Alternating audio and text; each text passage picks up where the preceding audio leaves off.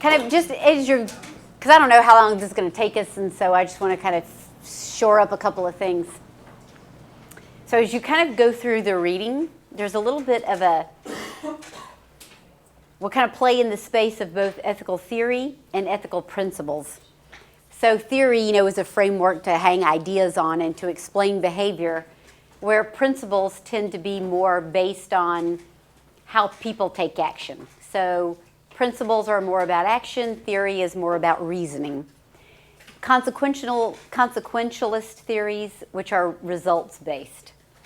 And those are also called teleological, T-E-L-E, teleological, meaning a telescope. You look at what's out there at the end on the horizon. And then deontological theories, which the book talks about a little bit, which are based on rules and regulations, what persons have to do. And then virtue theories, which we talked a little bit, Aristotelian virtue theories today. And then there are kind of the principles that somebody brought up of we make decisions to do good, which would be like utilitarianism or hedonism. And then there's the principle of not hurting anybody, which might be, can sometimes be utilitarian, where you say what's going to do the greatest good for the most people. Okay, so remember again, utilitarianism started with the idea of if it makes me happy, I deserve to be happy, therefore that's all that matters. It's going to bring happiness to me. Where it kind of morphed over time to be do the most good. And then kind of theories that are more about relativism. We call it moral relativism. So, everything is relative to your situation. This is the right decision for you to make. And then doing things with the principle of justice and fair play. So I want to show a little bit about Immanuel Kant. And so we're going to watch a quick little video about Kantian ethics. Because the whole idea of the categorical imperative is what he is most known for, and it's something every educated adult should know about. So let's see if this will go. It's a YouTube video. And I just give you fair warning, there's a bad word in it. Okay, there's one bad word.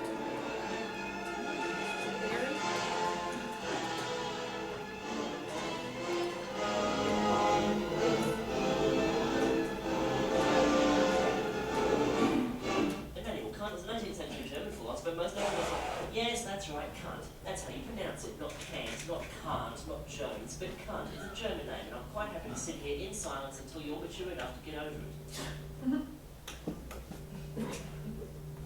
Okay, good. So Immanuel Kant was an 18th century German philosopher, most notable for his work on ethics. Ethics is the philosophical study of moral actions, not just about judging people per se, but rather looking at right and wrong as concepts in themselves and how we might figure out the best way for people to behave. There are two general schools of thought on this. Consequentialism provides right from wrong entirely based on the consequences of an action. In other words, the end justifies the means. Deontology, on the other hand, is the position that the consequences don't really matter because moral judgment is contained in the act alone. Kant was a deontologist and frustrated with the sort of Mickey Mouse, wishy-washy subjectivity of moral theory of the day. He proposed an absolute, stone-cold, objective, ungradable moral law, which he called the categorical imperative. The categorical imperative is based upon Kant's idea that morality is derived from rationality, and all moral judgments are rationally supported. So just as rational thought leads us to an objective reality, so too is there an objective morality we can locate through the same process. The categorical imperative is an absolute, non-negotiable, universal moral law that holds up regardless of context and circumstance. Kant was absolutely unwavering on this point. What's right is right, what's wrong is wrong, full stop. To further analyse Kant's ethical framework, we can break the categorical imperative down into three maxims. The first maxim is that all your actions must have universality. In other words, you should only do something if you think it would be okay if everybody did it all the time. For example, you might be innocently flirting with your 18-year-old co-worker behind your wife's back, but to work out whether this is okay, you have to first imagine a world in which literally every single human being around the entire globe was flirting constantly with attractive teenagers as soon as his or her partner's back was turned. If this doesn't seem like a desirable world to live in, then it's not okay to do it, not even once. The second maxim is that every human being must be treated as an end rather than a means to an end. What this basically means is that you're never allowed to manipulate anyone no matter what. This stands in stark opposition to consequentialist theories that take into account the greater good. Kant thought that the greater good was irrelevant. Each person is his own rational agent. No one person may be manipulated to achieve the goals of another. That means that you can never lie, ever, to anyone, under any circumstances, for any reason. The third maxim is that you should always behave as though you are the absolute moral authority of the entire universe. It should be noted that some people already think this, but it doesn't necessarily have anything to do with Kant. A major criticism of Kant's second maxim is that if somebody came to your door with an axe and asked you to kindly tell him the location of your children so that he could hack them into tiny pieces, you would be morally obligated to tell him the truth. Kant responded quite controversially, yes, you would, but he didn't see anything wrong with that. Because the murderer is his own moral agent, you're not responsible for his choices, you're only responsible for your own. That said, there's also nothing morally wrong with you locking the door and calling the police. Immanuel Kant is one of the most influential philosophers of all time, not only in ethics, but in epistemology and political theory. However, I only have 3 minutes to talk about him, and quite frankly, anyone who logs onto the internet to listen to me talk about Kant for 3 minutes has already realised this is nothing like what they expected.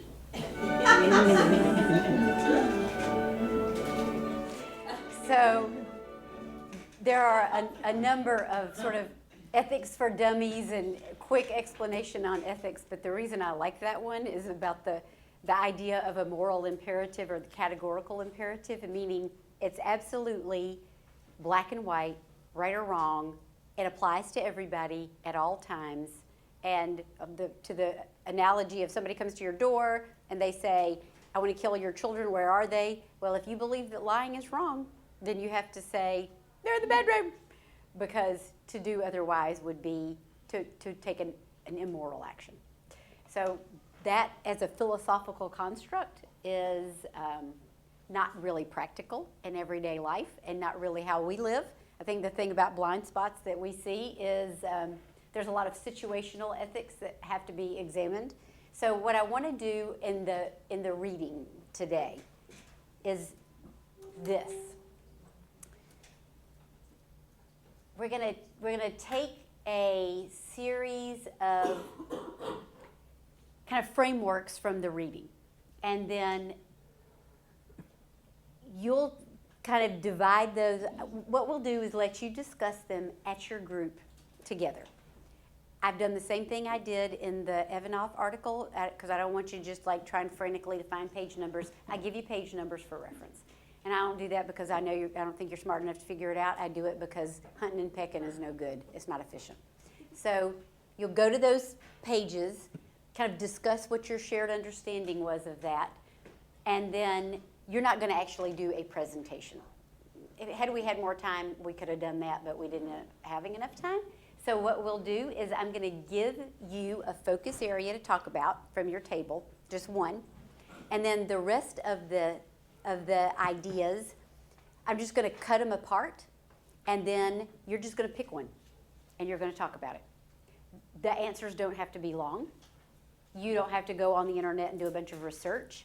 Everything you will need to find is right there referenced in the book, and they're pretty clear. You know, there's nothing that's too difficult to figure out. And I think by doing that, we'll get a good sense of the takeaways from the book, because there are some really great takeaways about why we do what we do.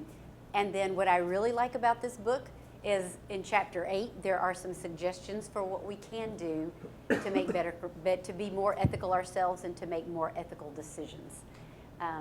So I'm gonna estimate that you're gonna need at least an hour to talk about this at table. So we're going to start with that, and then we'll see where we are. Okay, so you have it. It's also on Blackboard, but you have a hard copy. Okay, so.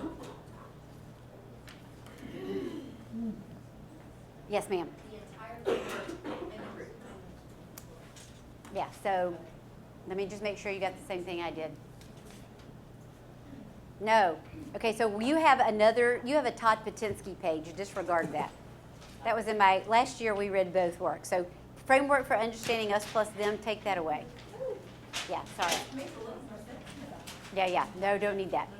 Okay, Right here in my hand. I do recommend that book, though, if you like this subject. Last year, half read this, Us Plus Them, half read Blind Spots. And so it was great for covering a whole lot of territory and not making you read 2 books. Okay, so you've got terms to incorporate. So it might be that when we comes to the discussion, you might draw motivated blindness and say, oh, okay, that's where she talks about blah, blah, blah, blah, blah. And you can have notes, it's not a memorization test. And then relationships to understand is part 2. So you might get one of those. You might get systems 1 versus systems 2 thinking. And so you just talk about that a little bit differently instead of just stating a definition. This is more of a cause and effect. So those 2 things have a relationship. So just talk about what the relationship is. And then trends from the research base or your own experience. There are tons of examples in the book, and you're welcome to use them. You're also welcome to throw in something of your own. And then on part 4, experiments or theories. Again, she explains those. Those might be if you drew out of the bottle or the bag footbridge dilemma. That's fully explained there. You could look it up on the internet, and there's about 50 billion discussions of the footbridge dilemma. But again, that's about a 2 or 3 minute. Oh yeah, that was da da da da da. And then finally, the key insights or takeaways. I'll assign one of those to each table. Okay, so again, those are synthesis pieces. Alrighty? Okay, so discuss away.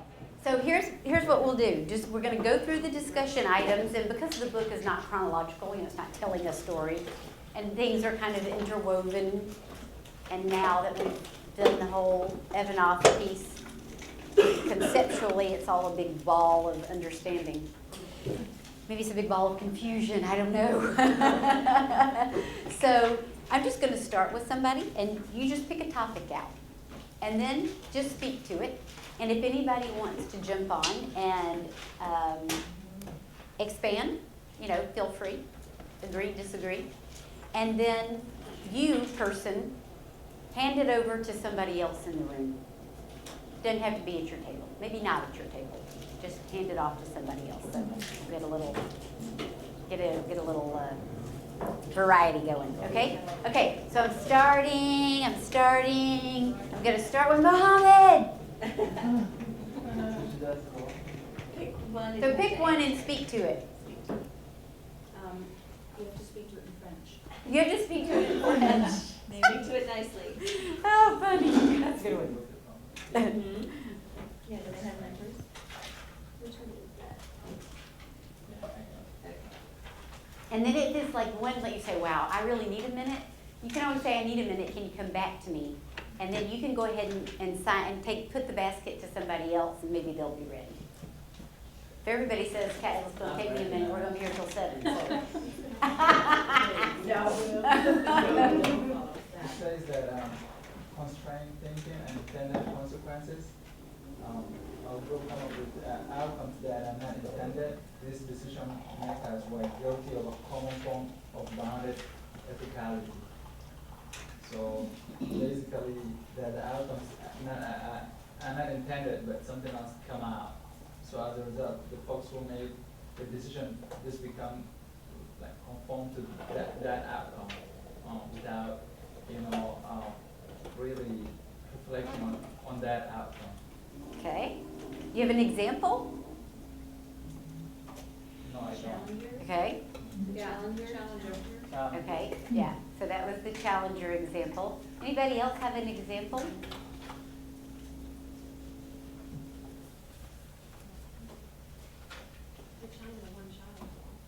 The China one child. Yes. Yes. That's right. So what? Toby Groves. Toby Groves. Anybody else? Those are good ones. All right. Pass it on, Mohammed. Should I keep it? Pardon? Should I keep it? Yeah. Yeah, you keep that. Don't put that one back in. You have to stuff it in a sugar cookie. Yes, yeah.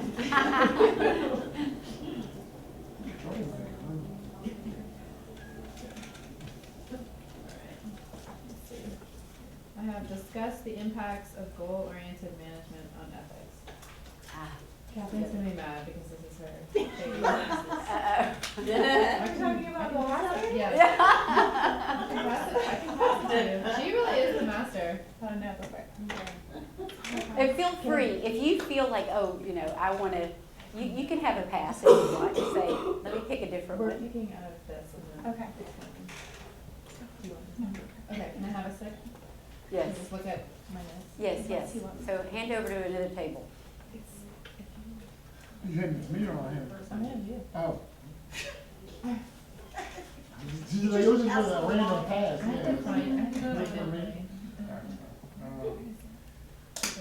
Yeah, I'll be thinking, because cognitive processes in system one thinking, system two thinking. She said she liked that. Can you pass the question to somebody that likes? If you, then you gotta pick another one, and the next time you gotta go be Johnny on the spot, so, you know.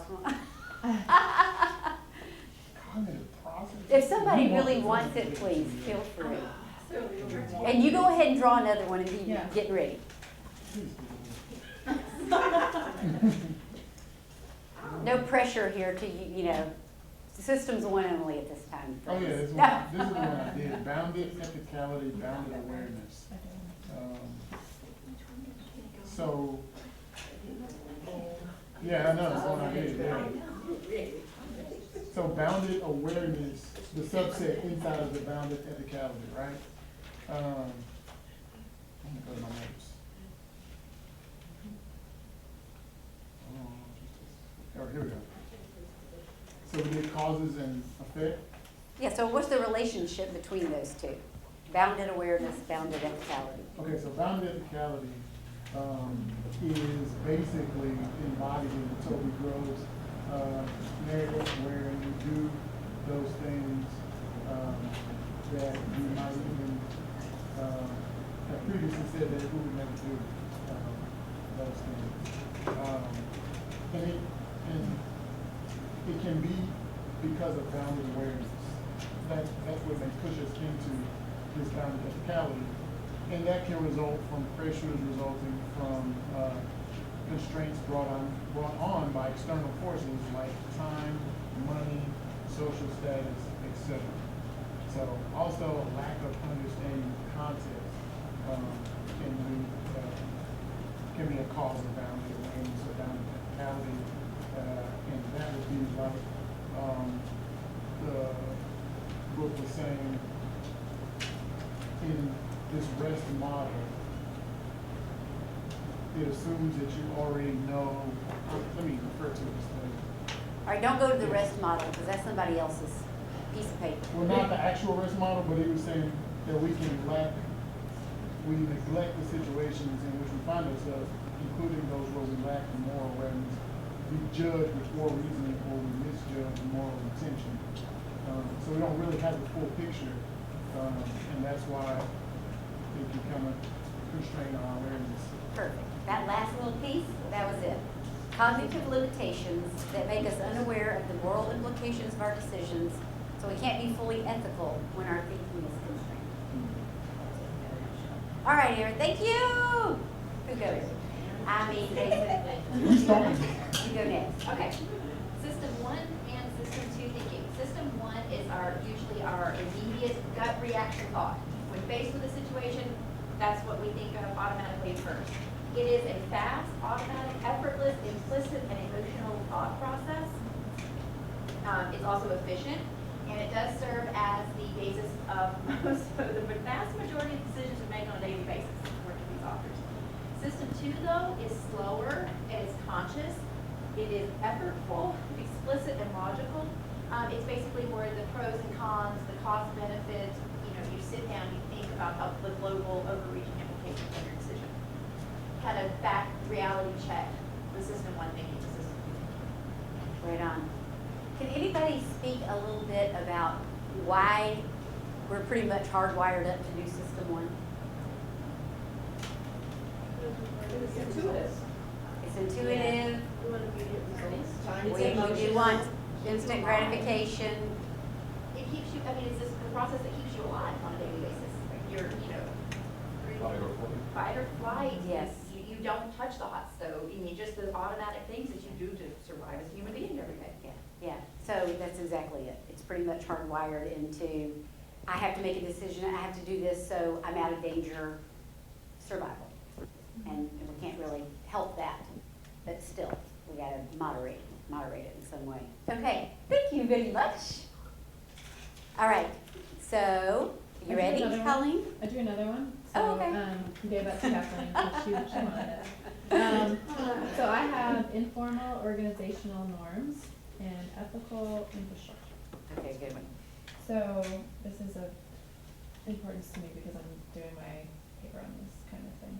So sometimes companies create codes of ethics that lack authenticity and relevance. Sometimes they like copy and paste things from other codes of ethics, and they don't really define their actual norms of their organization. And so the effect of that is sometimes unethical behavior or the informal norms, which is what comes out of like the managers, how they act and kind of set this standard for the company. So sometimes it influences down the hierarchy. Why don't you tell them a little bit about your lit review? Lit review. She says with the rolling of the eyes. So it took me a while to get there, but so I'm comparing codes of ethics to a company's corporate social responsibility or irresponsibility. So it's been very interesting so far. Okay, so anybody want to add to that? Anything about the informal organizational culture?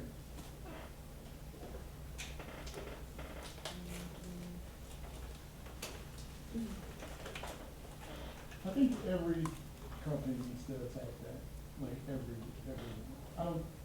think that's the biggest, the informal culture is way bigger than Yeah. the vision or whatever.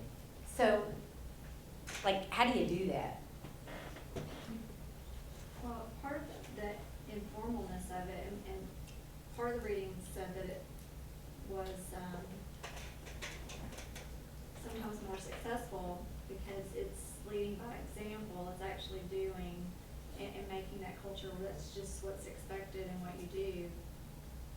Instead of saying these are the rules that you have to follow. And one of the other examples they gave in the book was about, and they had better results when they just said do your best, and it was very general instead of you have to do this way. And I think that's all related Yeah. to that. I remember in the book, the authors say identifying the informal value that drives an organization is hard, but it will reveal unpleasant truths where the work must be done. Aaron? When I was reading this last week, I actually thought that the informal culture to some degree can be detrimental to some organizations in terms of diversifying thought, particularly in leadership. And the second point is funny, I remember when a part of my leadership changed at one point, not my leadership, but my supervisor per se, at a previous job, someone sat me down and said, okay, this is what your job description says, but you need to know how the person who is supervising you is scoring you for, what are the requirements they're looking for. And it's like, okay, well, I can perform, an optimal job description, but if my supervisor is judging me on a separate scorecard that's not spoken, osmosis is just supposed to tell me, oh, they want me to do this. And so sometimes it can be detrimental, and it depends on how flexible, I say the person who is not the benefactor of the informal culture responds to it. Yeah, absolutely, right on, especially when it comes to evaluation. Then to me, that gets to the question of, when you talk about an ethical responsibility, you're talking about somebody's performance evaluation. I know where I used to work in another school district, the saying, what I think reveals informal culture are express sayings, those little things. These principles, and I understand talent development's important, but what they would say about teachers, when in doubt, throw the bum out. And that was what everybody's mantra kind of was. Now, you would say, we're here to develop and coach the teachers. But really, if you weren't tenured, when in doubt, throw them out. And that was what was known, not what was in the human resources manual. That was how we operated. That was the value that was expressed. And it's what you heard people say when we were talking amongst each other, not when the head of HR was over there. But that's what I remember. I don't remember what the HR manual said. I remember that to this day. And I know that was what they held right here when it came to decision time. That was it. We didn't need a manual. We could have just written down all the mantras that people say. So I wonder if you find those, in your own places. One other small thing, and I don't know if this is on this, but that informal culture also reminds me of politics in terms of the job.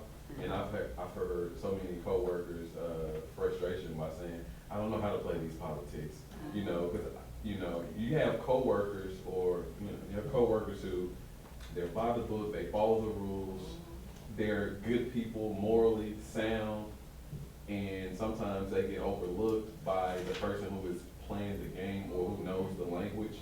And I've seen like great frustration from my coworkers who didn't know the informal culture, and they're like, oh my God, I don't know how to play politics, but they do their job to excellence. Yes.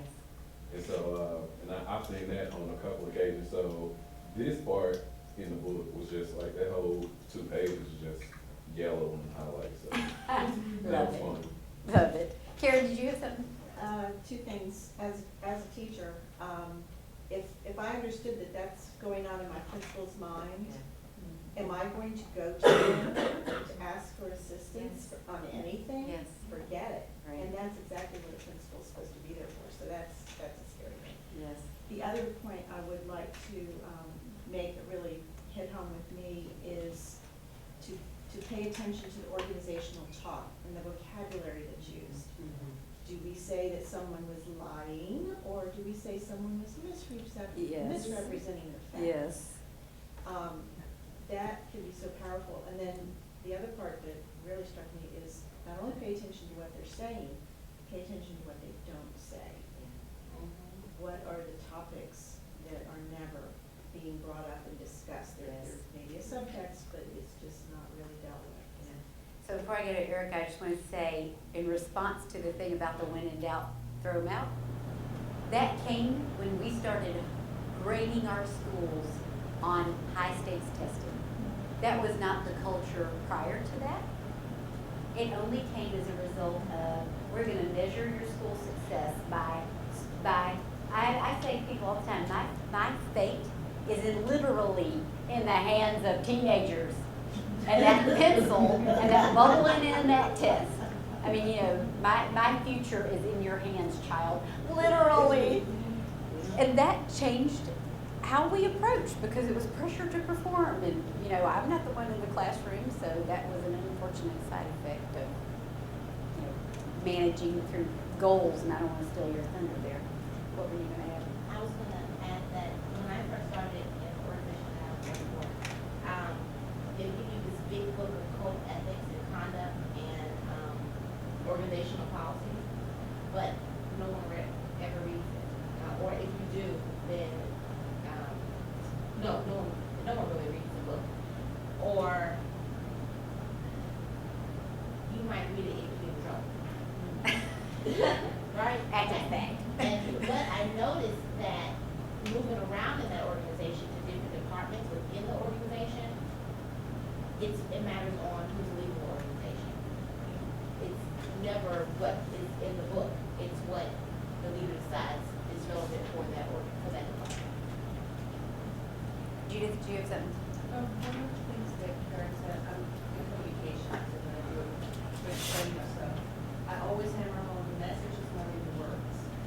It's what you do and what you follow up with. After you say it, the message comes out.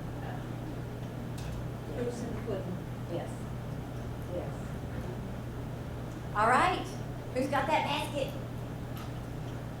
Okay, I think There's a couple people who Oh, right. So Kathleen was gonna. Okay. Okay. You know what, Kathleen? Have you already picked one? I picked one. Okay, good. All right. Let's have one in the hopper all the time. So, you're in the Okay, hopper. we got three in the Go. All right, we got 3 in the hopper, all right, all right. All right, okay. Discuss the impacts of goal-oriented management on ethics. So, the idea that goal setting can give a more specific focus, it can actually cause a distraction or cause us to not see the bigger picture around us. So, goal setting can skew an employee's motivation, and they would lose perspective of the organization's broader goals. I like the example of this year's automotive, increasing profits. The things that fell by the wayside were quality, customer service, and some of the larger missions of that organization, which is evidence that bottom line thinking can divert attention from the bigger picture. So goal setting can either fall short of an organization being successful or can even be detrimental if individuals pursuit of their goals eclipses their pursuit of the mission. Yeah. So. Yeah, that's a good Pretty much what you expression, said. bottom line thinking. You know, I think in that Sears example, they said, well, they wanted $125 sales a day or whatever it was. So they just inflated the service ticket. You know, and then, you know, who are we supposed to be serving at Sears? You know, the poor, middle class, everyday guy. So, you know, I'm sure everybody can have examples of cheating. You know, you cheat to win, and kind of that juxtaposition of, you know, how you sell it. And we won't get into a million examples. Does anybody have an example of, anybody got something burning on that they want to share? Because I think that's huge, just huge, huge, huge. In a capitalistic society, we are an individualistic, competitive, winner-takes-all country. It's what business is founded on. I mean, we're competitive. Everybody needs to be a winner. And I don't know what to do about that, but I just cringe to think of the untold stories of damage being done. Somebody go ahead and tell one. Well, because there's enough told stories. Yeah. So, you know, I lived through the Firestone recall, and at the very crux of the matter was that we wanted to keep Ford's original equipment business. And Ford said, the tire pressure at this level makes for a rough ride. We want you to make the mandated pressure lower. And we made a business decision to have the tire pressure lower. Yes. And it cost very public Yes. and very strong financial results, but it has then totally changed our culture as a result of that. So we don't make decisions that way anymore. So, I mean, in a weird way, it was good, because the organization is totally different than it was, but at the time, we would do anything to keep that Ford business.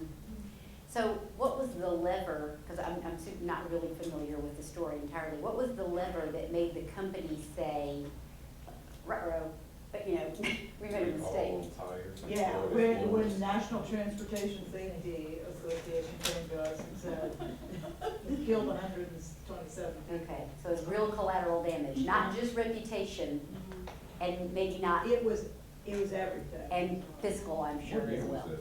2000, August 9th of 2000. The day that lives on in infamy. About 1 o'clock when the press conference was held. Well, that's a great story, but, you know, something positive. I love the way you captured what she does a good, I keep saying she, I keep thinking Ann Tinbrussel, because I usually look at her videos, not Max Bejerman, but using that word, a business decision, not an ethical decision, Yeah. a business decision. Oh, good stuff. Yeah. We have the class and we've got this set class, they're getting all the benefits in the settlement. But the non-class members aren't getting those, even though they qualify, So you have that ethical, the goal is to serve the class and settle, Yeah. but you're not serving those other folks. Yeah. You'll get them in the next one. To get, yeah, settlement, yeah, lawsuit. Yeah. But there's a whole legal process where that class is certified. Yeah, well, I'm in a situation where we have a class, and then we had to add some more class because they qualified, that those class members were getting all of our services, because we had dissatisfied board. And then we have 6,000 other people over here that did not get those services because we had dissatisfied. Right, so, you know, we know that legal ethics are often deontological. So these are the rules, and I make a decision because this is the cutoff, and so sorry, I can't help it. Yeah, it's a cutoff. All right. All right, let's zippity doo dah. Who's got one? Who's in the hopper? Yes, I'm gonna define behavioral ethics, a field that seeks to understand how people actually behave when confronted with ethical dilemmas. Okay. Emphasizes the need to consider how individuals actually make decisions rather than how they would make decisions in an ideal world. Perfect, perfect, perfectly said. I have ethical fading, since we're Yeah, zippity zippity doo dah. When ethical dimensions are eliminated from a decision as a result of goals, rewards, compliance systems, and informal pressures from work life. So say it again. Ethical fading. So this is when ethical dimensions are eliminated from a decision. They just stop even thinking about the ethics side of that, just fades into the background because you've got this goal you've got to meet, you've got a reward system that you want to get, and just the pressures of the day-to-day work life. Yeah. So So kind of the way you see the issue no longer becomes, it's all fuzzy, it's not enough. fuzzy vision, fuzzy ethical vision. All right, we're moving on. Who's in the hopper? I have Somebody else get in the hopper. the implicit association test. And this is a test that, it doesn't really say why, but it just brings light to it. And it's just your standards or your preferences, and you don't really know why they're formed, you don't know where they came from. And the test itself, Ashton Briggs, it was the African versus American, good versus bad, white associated with good, black associated with bad. And then they switched it, and when they switched it, the testers had a really difficult time doing that because it was their theory, or they believe that. Because in our mind, it's so, I think of movies when I read this, you think of the villain as wearing black, or the good is always white and angelic and whatever. Or I think of like pink is girls, blue is boys. Why is it that way? I don't know. I don't know where it comes from. I don't know how it's formed. That's just what I know. Okay. And so that's kind of what the test is saying. And I think as you apply it to like maybe more real life, and I'm in the world of sports, and this was brought to my attention one time, like ESPN broadcast, when, commentary, whatever, analysts, they're talking about the games, you can see a white basketball player and a black basketball player. The white basketball player, he's just a gym rat. He gets after, he's worked so hard to get where he is, whereas you would see a black basketball player, they're just naturally gifted. It just comes easy for them. It's just as easy. It's, I'm so impressed. And like that's not, they have no, what is their basis for saying that? They have no background knowledge of that. So yeah, we have these implicit associations and preferences, and that's kind of what the test is about. Has anybody ever taken the implicit associations test? Michelle and I talked about doing it in this class. You've done it? It is. They mentioned in the book where you said, Yeah. It is one of these things I'll say, I think an educated person should do it. I think you should do it. If we had had more time in the class, it doesn't take real long to do it, but the research behind, it's actually called the Harvard Implicit Associations Test. You can do it online for free. Millions of people across the world are doing it. And it's been in the news. We could Google up some YouTubes about it and kind of watch for a second. But it's telling. In my Leadership Nashville class, we all did it. and talked about what the results were that we found. It's just a neat experiment, and it's grounded in really bona fide, rigorous research. But I would just recommend when you've got 30 minutes one day, log on and do it, because it's a really neat cognitive experience. I think Kelly was saying it's hard. What did you find about it? Because you have to press go back on these images that you see. And so, and it's based on the religions of Islam, Hinduism, Christianity. And so as they throw up these symbols of Christianity, like the Messiah or something, and if the Messiah, once you're supposed to press back, it immediately the Christian really feels good, because that's what they think. And then after you do all those, and they switch them up and you do them in all different ways, they kind of list your biases. Yes, thank Which you. is interesting. That, yeah, and thanks for saying that, because that's really the deal. At the end, it says, you have a proclivity to think that this type, and it can be religious, it can be ethnic, it can be, there's lots of different implicit associations tests. Are you familiar? I did one as well. I didn't do the religious one. I did the African American, European American one. Mhm. And same thing. And then, plus I thought too, because whether you're right-handed or left-handed, I had to think more. Yeah. Because you're only supposed to use two fingers. Yeah. And so the idea is it gets to the psychological level of, it's not, it's implicit. What goes without being said. So, and because you have to go fast, it's sort of gut reaction. Like, it's your brain overriding your logic. So anyway, it's a great thing to try. Highly recommend. Thank you, Ann. All right, who's in? Okay, let's have it. Moral hypocrisy, and that's pretty much maintaining a belief and believing everyone should act a certain way, and then you act the opposite. Yep. Shannon, if you had to give a little, like a little colloquialism for that, what would you say? So you should not steal, and then going out and stealing something. Yeah. So what would we say? Like, what would your grandma say that is? Pot calling kettle black. Maybe like that's the pot calling the kettle black, or anybody got another one? Do as I say, not as I do. Yeah. Double standard. Yeah, double standard. So right on. Moral hypocrisy is just that. It's okay if I do it. It's not okay if you do it. You do the same thing. No, that's not okay. All right. Thank you. Okay, who we at? Come on, Stacey Levine. Okay. Adam Levine's niece, Yeah. whatever, cousin. Girlfriend. Girlfriend. Hey, my sister thinks he is like, just, heaven. Okay, identify the limitations of REST's model of ethical decision making. Okay. So REST's model basically says that individuals facing an ethical decision go through 4 phases: moral awareness, moral judgment, moral intention, and then moral action. Okay. But the limitations of this is that awareness is, first of all, that awareness is needed for a decision to have moral implications, which is not necessarily true in all cases.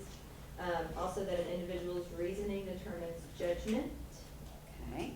And also that moral intention is required for someone to understand their moral action. Okay. So, All right. So are those all necessary and sufficient for making ethical decisions? Anybody feel free to jump on and help her here with this one, because it's a little bit hard. no. Okay.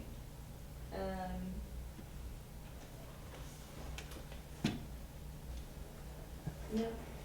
But sometimes the intention is different than the action, so if they kind of contradict, Yeah. it wouldn't be required. Yeah, right on. So in that model, it's kind of, the assumption is that people judge rightly because they're aware, and therefore they act rightly. But what we know is that all gets jumbled Yeah. up and it doesn't come out that way. All right, very good. Thank you, Stacy. All right, who's next? All right, what you got? I've got organizational sinkholes, Okay? the divergence between the want and the should, Yeah. and things like uncertainty, time pressure, short-term horizons, isolation, all examples of the sinkholes. Yes. All right, Emily, you got some examples?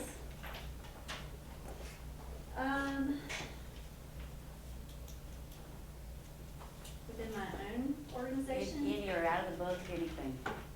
Well, it's interesting, because we're all independent contractors, Okay? so there's a lot of uncertainty. We have this eat what you kill philosophy. Oh, I love that. Get paid unless I get a deal done.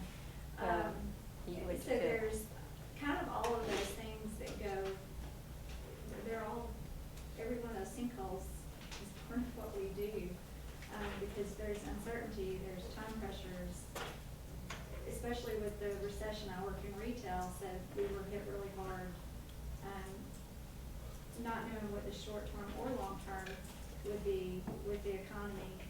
And also some isolation, because we were so specialized in what we did, and still are to a certain degree, that, we just didn't know what was gonna happen. Not that it became unethical, we just didn't know how we were gonna get through things.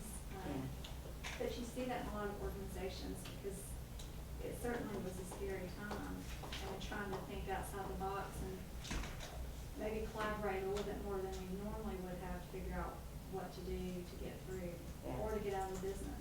Yeah. Yeah, so towards that isolation, like we call it siloing. People get in their silos and, one hand doesn't know what the other hand's doing, that whole thing. And then things, man, they get jumbled up. FUBAR. All right. Thank you. Yes. And I encourage people to jump in.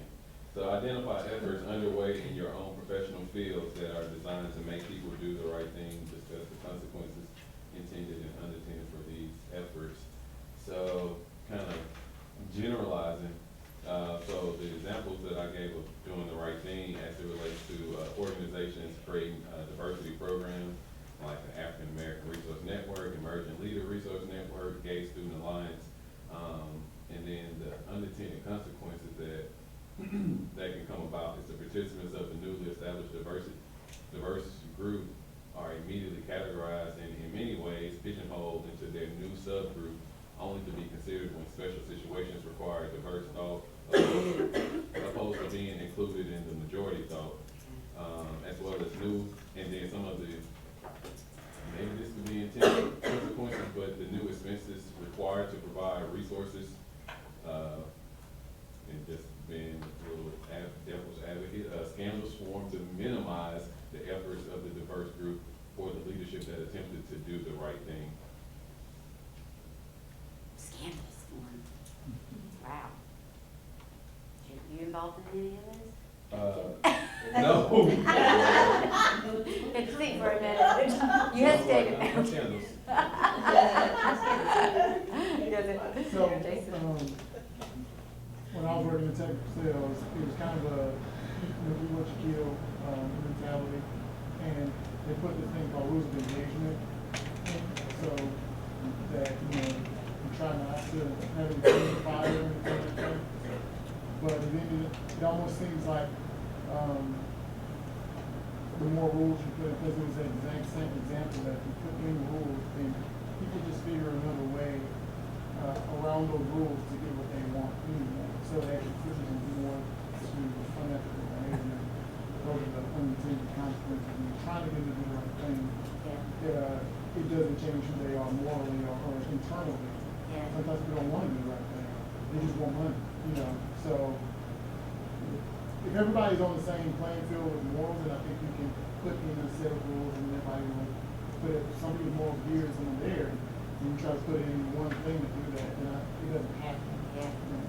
I think the book did a good job of talking about times that there was a rule devised that they thought would make people behave right, do the right thing, that backfired. So my favorite one is the one about the daycare. Mine too. Yeah, I was gonna bring that up. Yeah, so somebody remember that one? Yeah, and because I have a 6-year-old brother, and my parents work like those type of hours too, and it just really resonated for, parents.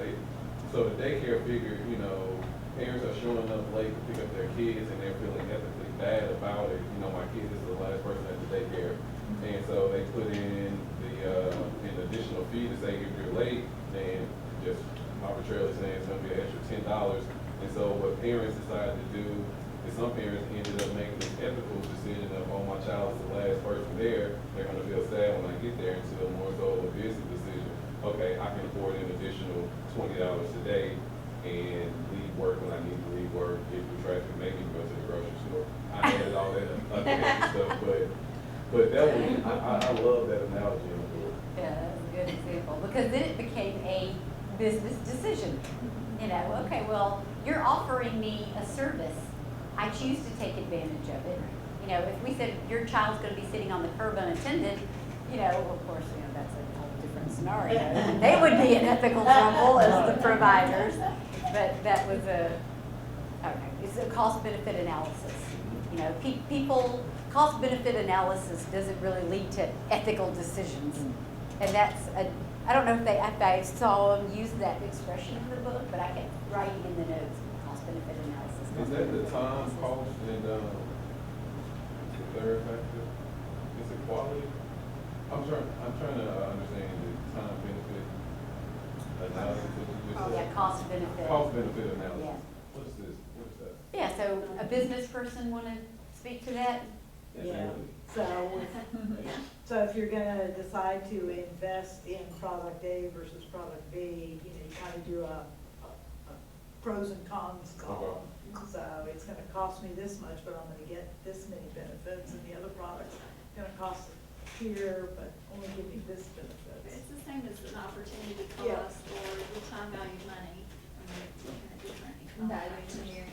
To bring it home for you, Aaron, if they make $100 an hour, and your parents, if they make $100 an hour, and it's costing them $10 to be an hour late, they say, I'll just work that extra hour and I got $90, as opposed to leaving, and losing out on $100 and maybe even a project they really need to get done. That's right. They came all the way around the diamond of that. I like that, all the way around the diamond. All right, who's it back then? We're gonna use a baseball thing. All right, Jude. I have the outcome bias, and basically what that describes is the tendency to take results into account in a manner that is not logically justified. So people often judge the ethicality of the actions based on whether harmful or not. Yes. And the example that popped in my head was drug testing on animals. Yes. So it's more judged on the outcome of the drug and the testing, and not based on is it ethical to harm an animal. Right. So if you remember the example in the book was a drug testing example. Does anybody remember? Yeah, the researcher didn't do everything right, that it still came out okay? Yeah, so it was 2 cases, and in case A, the researcher, they dropped some people out of the study. Well, he didn't have enough cases to publish his results. So he reinstituted those 4 cases, and what happened in the end was a bunch of people died. In another case, the guy didn't have enough, in scenario B, same drug, the guy didn't have enough cases, so he just made up some data, purely invented it. But in his study, there were no harmful side effects. So which one was unethical? The one who reinstated real data or the one who fabricated data? Well, all the people they interviewed said, well, the one who killed the people was the bad one. They didn't look at the fact this other guy completely fabricated test results on real human testing. So what did they look at? What happened in the end? That's like saying, who got the most runs in the game? They're the winner. We don't care if they broke all the rules during the time they played. So that outcome bias. Say what? That's Scylla and Charybdis. Yeah. That is. All right, who's up? All right, Danny. What you got? explain the significance of the Milgram experiment. Oh, The Milgram experiments are kind of a classic, submission to authority experiments. It was, they brought in a set of people and made them the teacher, and they had the students who were really, paid volunteers, paid to scream on the other side of the wall. And so they asked them to shock at increasing rates, and you could hear the actor on the other side, but you didn't know they were an actor. And it'd be a little bit of a moan, and a bigger moan, then an all-out screaming, but people just kept shocking. But, we talked about this in terms of behavioral forecasting, that, you would say, oh, I would never shock a person, but then you get into this where some authority is telling you to shock them, and then you're just hitting the clicker. Well, and the Nazi example too, she was following orders. yeah. Yes. The book, The Reader, Yeah. yeah. I didn't see it, the movie. And I had motivational blindness, which was the reader too. Her job was to keep the prisoners contained, and they were in a burning church. Right. She didn't let them out because her job was to keep them there. It didn't matter if they were, and she didn't even see it, but it was my job. She Yeah. had the job, it was my job. Yes, yeah, both good examples. I want to come back to that one a little bit.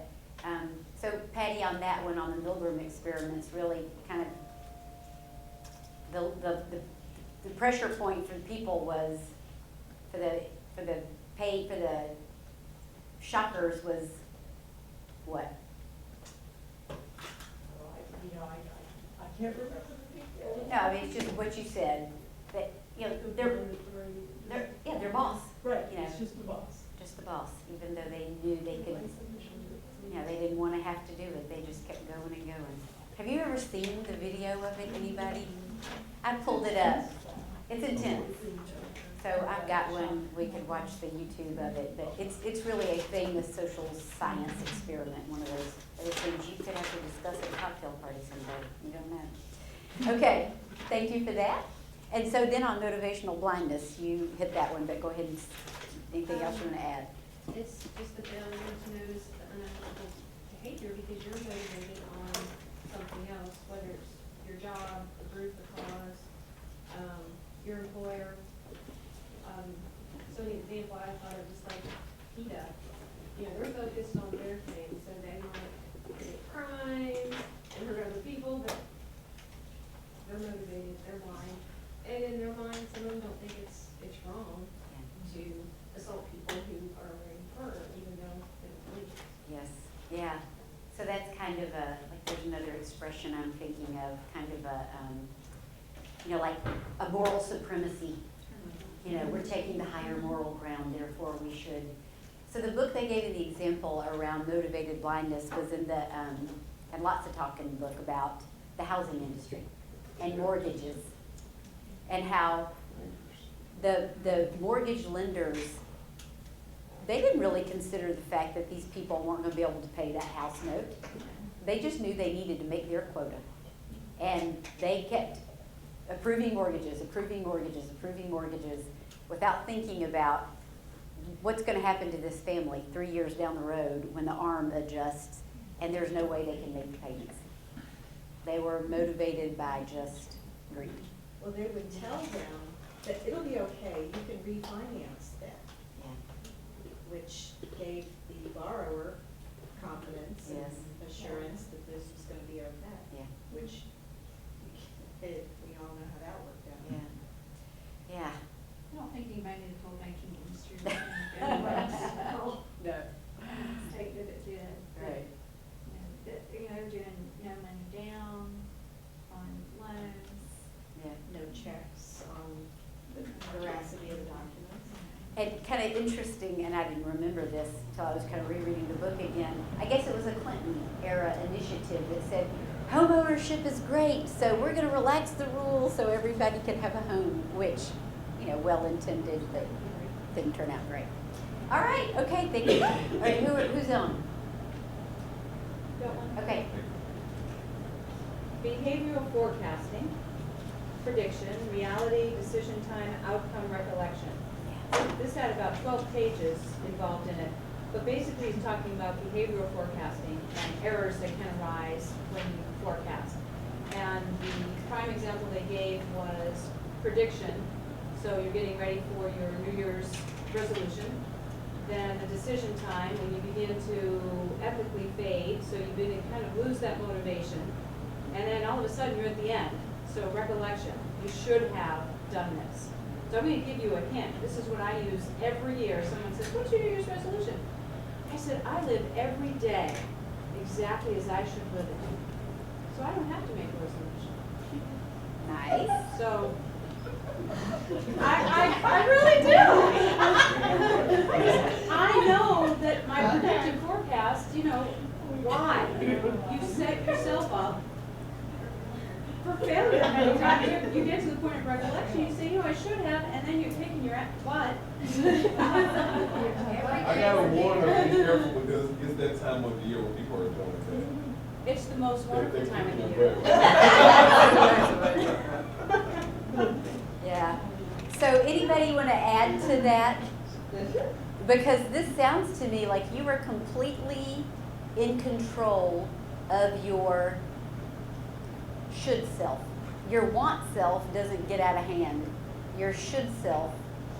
That depends if whiskey's involved. Yeah, look, when I wrote down in my notes, we battle with our want self versus should self. Dieting, sex, smoking, shopping, like all the vices. Chocolate. But that's true, but if your mindset, just every day, your goal is to just do what you should do. Yes. The projections will never fail you. Maybe Catherine has a really good setup for what to do, which, like in chapter 8, how we can overcome some of these ethical problems. Already kind of know what your vice is and where you tend to go, and set yourself up with an answer to that, to your the devil on your shoulder. Oh, this is my justification vice for sure. But it's a great way to live though. I've just learned after all these years, if you always set yourself up. I am goal oriented, many folks are, and motivated intrinsically and extrinsically. But I'm at a point in my life where I can very easily say every day, I wake up and I try to do the right things for everybody and for myself. So predictions or New Year's resolutions are not necessary if you live that life. That's kind of what I'm saying. Yeah. What you got? I just think that's Are you awesome. back here? Dr. Steele wants to see you. But is it speak on up. possible to vet it a little bit? Are you gonna bring it around for me? Yeah, like, All the way home. no, not all the way home, but I'm saying, so you're saying that you never go through an experience and look back and say, I should have done it this way instead of that way. I've learned not to do that, to perseverate, but I learned from the experiences that I know were not up to par. But I don't look back and say, I wish I would have, or I should have done it this way. That I'm makes here, sense. I'm always forward, but I learn and I keep it. I'd be stupid. So your outcomes are not always good, but you don't always say I was ready. It was good that the outcome No. was good. Nope, if I live it, I've lived it, Yep. and learn from it. And there's nothing worse than baggage. And if I can quickly alleviate and understand and go forward, it's a wonderful way to be if you can get there. Not drag yourself down. But it takes practice. It really does. Here's a collection, please. But you don't engage in moral disengagement where you cleanse yourself psychologically after a bad deed. Like the studies show, people who wash their hands after a bad deed don't perceive that the deed was so bad. There's something about the act of cleansing, and there is, like real moral disengagement. So you can do what you want to do and still say, yeah, it was all right. Like I'm not going to judge myself too harshly. Not saying that's your approach at all. Got it. But there are people who. You go to confession after. Well, there is confession. And then there are people who do what they want to do and say, I forgive myself. I need to allow myself grace. You know, and all of that is good, except that there are people who do it with license, you know, as license to do things they know they should. Would it be like nihilism? It's like, I can do what I want to do, it doesn't matter. Could be. You know, that goes into, I can say what I want to say to somebody and learn them, and then just apologize and everything's good. Now, my whole goal has just been tainted. I just don't think any of us can live up to it like you do. Because one of the things I'm not saying that- I don't do wrong, but I just don't dwell on it, I learn. Yeah. I just learn. No, I got you. And I can also see that sometimes you have to say something tough to somebody you may not want to, but you say it. I'm a And then the guardian. decision is, are we gonna apologize or not? Well, I meant to say it, so why should I apologize for it? Yes. Yes. All right, well, kudos then to you for being able to keep that. And you can't, I think you have to live your life. You know, you got years behind you to be able to That's say, for sure. you know, okay, I've learned my lessons and now I'm going to use systems 2 thinking most of the time to be deliberate and intentional. Okay, thank you. All right, where are we? We got one left. Did Sylvia go? Okay, me and Elizabeth. Okay, go. I had Andrew favoritism, Okay. and like the pattern of favoring one in group and bias towards people they were like submitting alma mater or race or religion. And there were several examples they gave of that, like the I can't remember if it was a law firm or something, but something about the MBA, hiring the MBA Yeah. students, and then it ended up that when they reviewed the data, they were hiring more white MBA students than black ones. Yes. All right, anybody want to add anything to the in-group thinking? I liked the example of the admission testers. Lord. They were more likely to let people with civics through than to a Cadillac they had a problem because they identified them. Yes. Yes. That's a good one. There's a whole story about the University of Illinois. I don't know if y'all, we don't have to talk all about that one. But. Okay, Elizabeth, you got one? Culpable ignorance, Okay.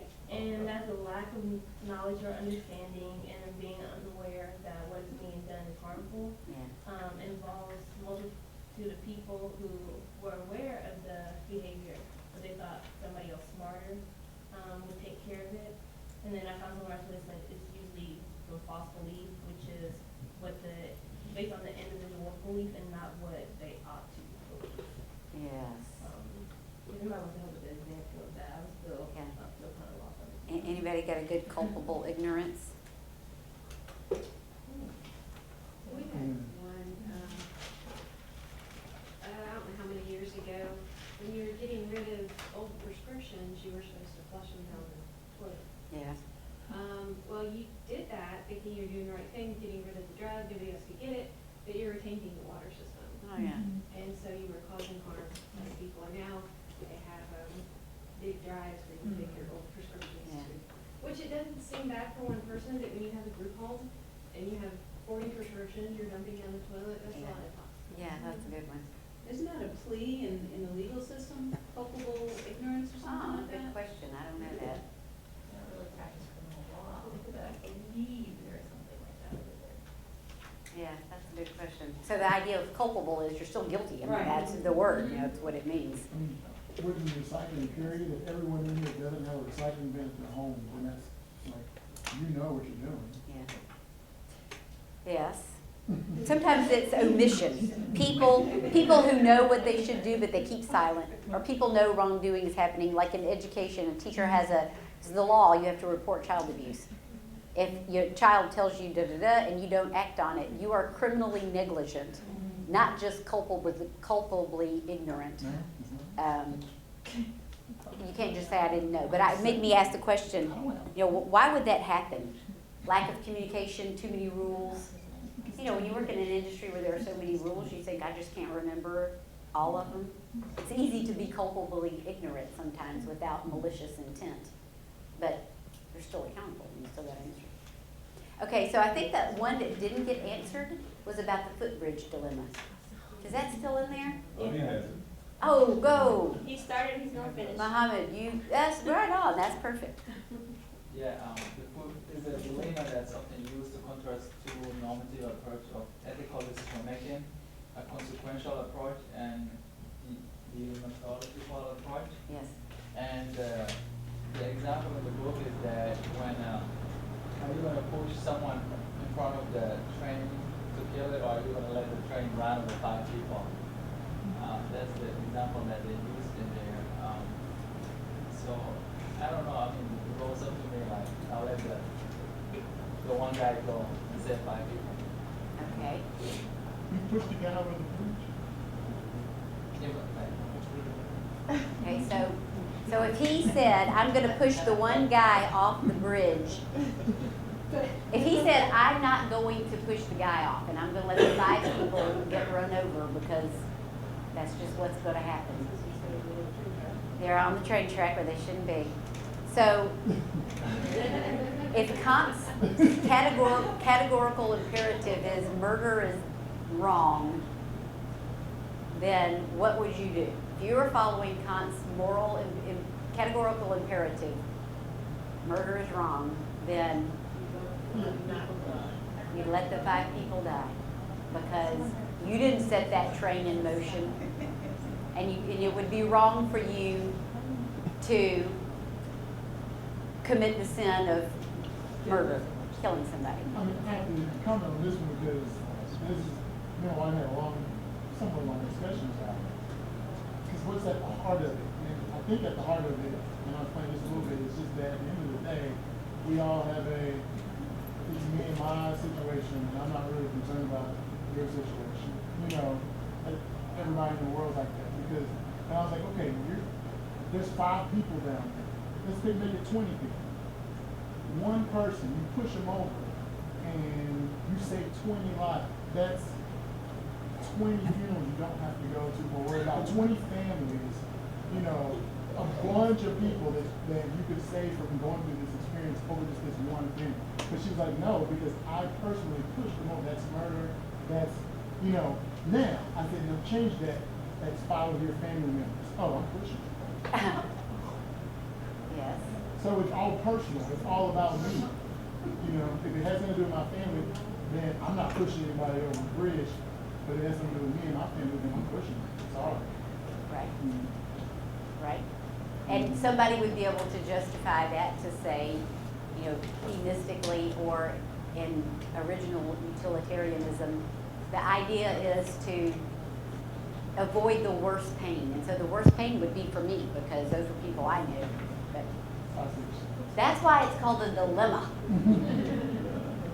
Okay. All right, I think because you wouldn't regret no matter what you did. You wouldn't regret. So what would you do?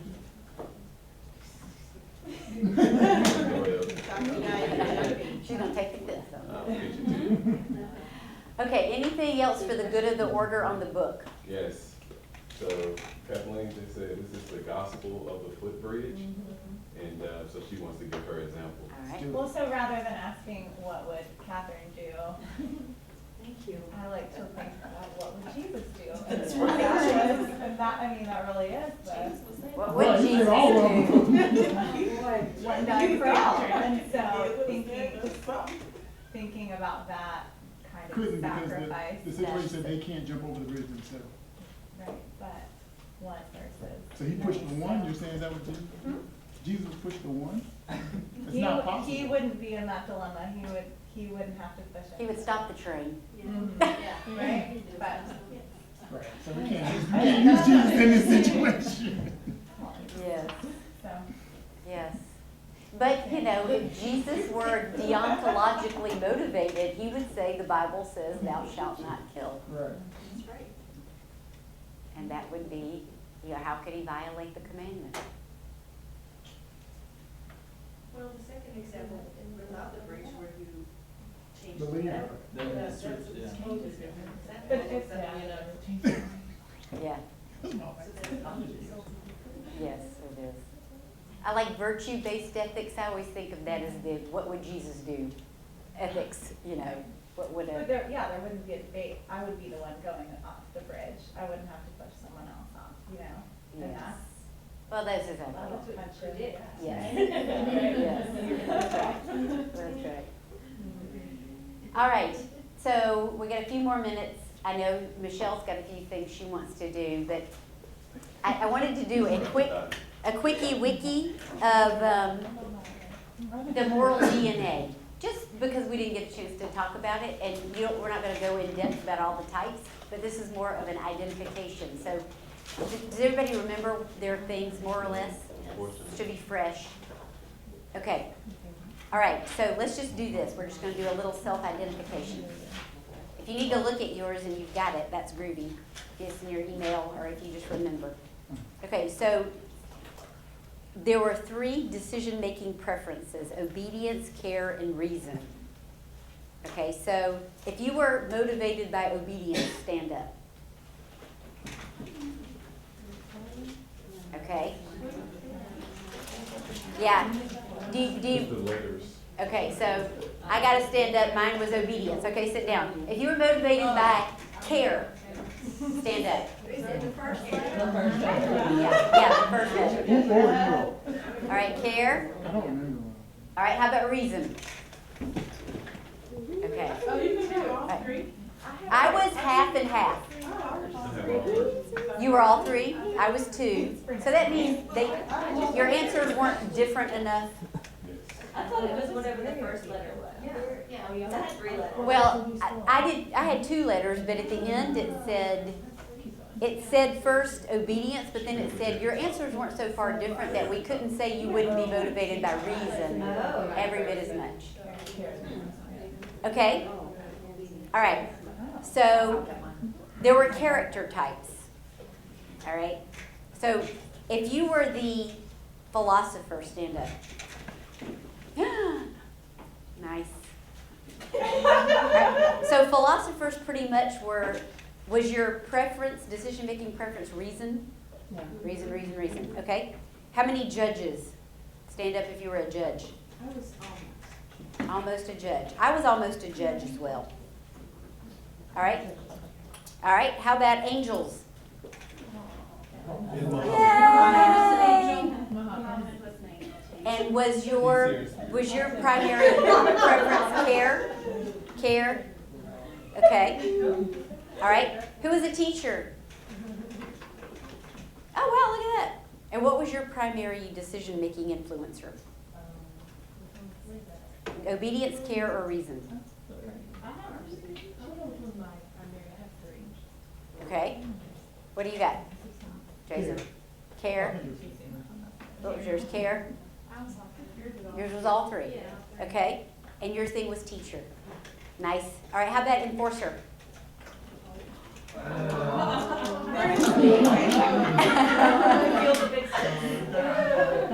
Yeah.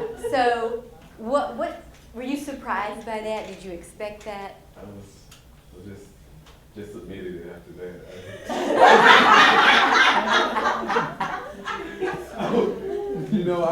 I immediately moved on to the next project. I was like, that's not cool. I didn't identify with it. And we discussed it earlier. I think it was the terms, like, I don't feel like I'm an enforcer. And then I heard you struggling earlier today about it too. Yeah, no, I was like, what? Yeah. That's not who I am. But, it was, emailed Catherine last night. It made me think about how do other people see me. Mm-hmm. Like maybe it's one of those, because you had to go fast. And it's kind of like the Harvard implicit association test where you say, I'm not biased. And then you get a thing back, man, you're biased. Like I am what the Brits would call a TOB. Do you know what that is? No? Okay. A task-oriented person that starts with a B. Usually it's a man. And so I'm really task-oriented, and I know that about myself. And it's because I'm like the most productive woman in America. I got 2 speeds, fast and off, and that's about all. So maybe that's it, because maybe I don't know, maybe that plays out, because none of them said Energizer Bunny, because then that would be me, but that wasn't a choice. So anyway, maybe think about, do other people think I'm a TOB? Like always on the task. Okay, so that leaves guardian. All right. We're saying it all day. What was the strength of being a guardian? Remember it said strengths and, Oh, Yeah, protectors who tell us off for our own sake. I know it's tell best us for off? you. For our own sake, yeah. Use that language. Yeah, it's not I agree. fair. I know what's best for you. I didn't Yes. know. Oh my gosh. Do you think that's from being a coach? Yes. Okay, yes. What do you think yours is from? Catherine? What do I think? What do you think that stems from, like about yourself or your work or what? Do you have an idea? Age and wisdom, yep, Okay, that's good one. What do you? I'm guardian also. Yeah, what? So working with students and seeing a little further down the road than them, want to protect them, I guess. Yes. But I'm the enforcer. Yeah. That's great. Okay. All right, let's do one more. And I don't know where all my little whiteboards went. We were going to use them. I wanted to, maybe on your name tents, on the other side of your name tent, if you got it out there. Write down. Yeah, on the other side. On the other side. Write on one top half, and then on the bottom half. On the top half of those characteristics that were the 10 moral values of wisdom, fairness, courage, self-control, trust, hope, humility, love, honesty, and excellence. Identify one that was among your highest, your very highest or among your highest. Put it at the top. And then on the bottom of your tent, put one that was your lowest score. The lowest or among the lowest. Yeah, well, they were numerical. So, on your little, so just, if you have 3 that were identical, just pick whichever one. So, yeah, so the last part of your report had little, oh, you need some markers? Yeah, so the top is one your highest values, the bottom your lowest values. Yeah, the highest has the most dots. You should have a score of like 7 to 9 for high, 4 to 5, 2 to 3s were your lows.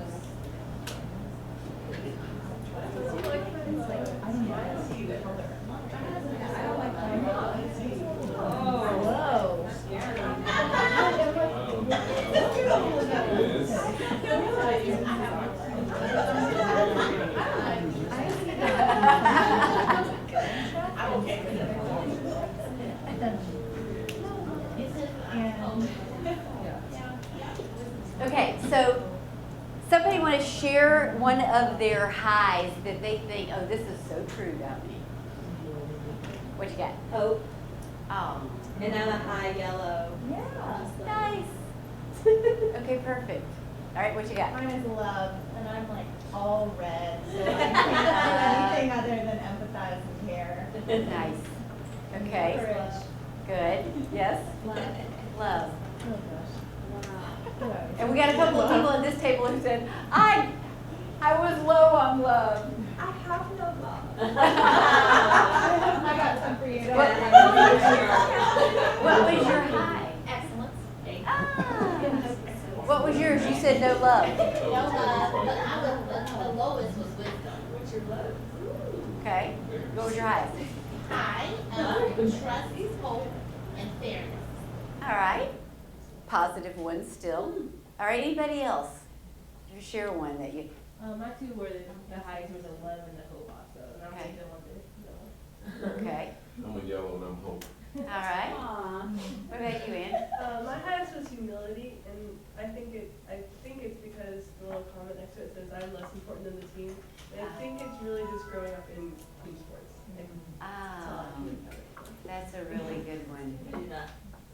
I was low on humility because I know that's a bad, it's like I'm full of confidence. So sometimes, and I always say, like, I do not want to have power over people. I like to have power with people. But I'm still about having power. And so I tend to always rate myself really low on anything that has to do with, like humility. Not because I think it's not a power thing. It's just that I think I know how to do a lot of stuff. It's bad. All right, anybody else? I had a 9 on trust. Yay. You have a 9 on trust? I was one But with that's trust what, too. that's what guardians, didn't it say that guardians struggle with trust? It's not true, it's being trustworthy and reliable, so it's kind of, Ah. So can you score highly on trust in giving it but not receiving it, or vice versa then? I don't know, it just says I'm trustworthy, reliable, and trusting of others. All right. So I haven't heard anybody have wisdom. Anybody high on wisdom? Yes, me too. So high. How about self-control? Yeah, your self-control are high. Yeah. Yes. All right. What about courage? Yours, highs or lows? Highs for courage. All right. I think that fairness. I didn't hear anybody say fairness. Yours? Yours, high? Low in fairness. Why do you think that is? Because, I think it's a work situation, that I really look at work, Yeah. what the situation is, and how would others perceive me. Yeah. And when I have, when I fight for something, you're not gonna be seen as fair and all that kind of, so from that. Yeah. Yeah. Yeah, and I really, the whole time I was doing it, I was thinking work. I mean, it's like I am defined by my work self. It was hard for me to think of it as just my me self. So if you, on a scale of 1 to 3, being 1, my me self scores and my work scores were pretty close to the same. 2, they were a little bit different, but not real different. And 3 being they were completely different. Hold them up. So 1, there was a high correlation. My me self and my work self. Does it say that, or is this us figuring? Yeah. It wasn't accurate, it talks about accurate. Oh, right here. Yeah. All right, so Page 4. put it ones up again. It was pretty much the same. All right, so wow. Oh yeah, a lot of people. All right, a little bit different too. All right. Anybody like really opposite? A 3, like far apart. I have to be honest, when I did the first round of it, I wasn't expecting the second round in terms of, so all my answers were like collective of me, like both work and out of work. And then I was like, oh, and so this is my personal self, and so my answers kind of went the same way. Yeah. Kind of. Yeah. I understand. All right. Okay. What about 2 possible types? Does everybody have 2 possible types, or does everybody? Okay. Yeah, I had one. All right. Okay. So that's a handy dandy report to have. You don't ever know where you might be able to use that in your program or something as you move forward. Woo! Okay, so we got just enough time for Dr. Steele, and then we'll just have any follow-up questions. Okay. All right. What you got, sister?